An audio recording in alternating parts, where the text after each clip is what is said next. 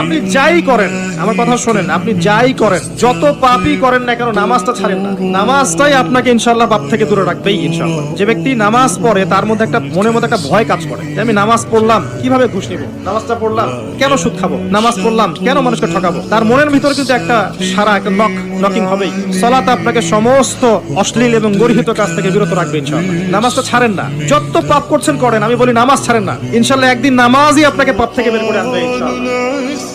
শয়তান আপনাকে হতাশ করতে চাইবে, শয়তান আপনাকে হতাশ করতে চাইবে যে তুই তো, আপনি যাই করেন, আমার কথা শোনেন, আপনি যাই করেন, যত পাপই করেন না কেন, নামাজটা ছাড়েন না। নামাজটাই আপনাকে ইনশাআল্লাহ পাপ থেকে দূরে রাখবেই ইনশাআল্লাহ। যে ব্যক্তি নামাজ পড়ে তার মধ্যে একটা মনের মধ্যে একটা ভয় কাজ করে যে আমি নামাজ পড়লাম কিভাবে ঘুষ নিব, নামাজটা পড়লাম কেন সুদ খাবো, নামাজ পড়লাম কেন মানুষকে ঠকাবো। তার মনের ভিতরে কিন্তু একটা সারা একটা নকিং হবেই। সালাত আপনাকে সমস্ত অশ্লীল এবং গর্হিত কাজ থেকে বিরত রাখবে ইনশাআল্লাহ। নামাজটা ছাড়েন না, যত পাপ করছেন করেন, আমি বলি নামাজ ছাড়েন না, ইনশাআল্লাহ একদিন নামাজই আপনাকে পাপ থেকে বের করে আনবে ইনশাআল্লাহ।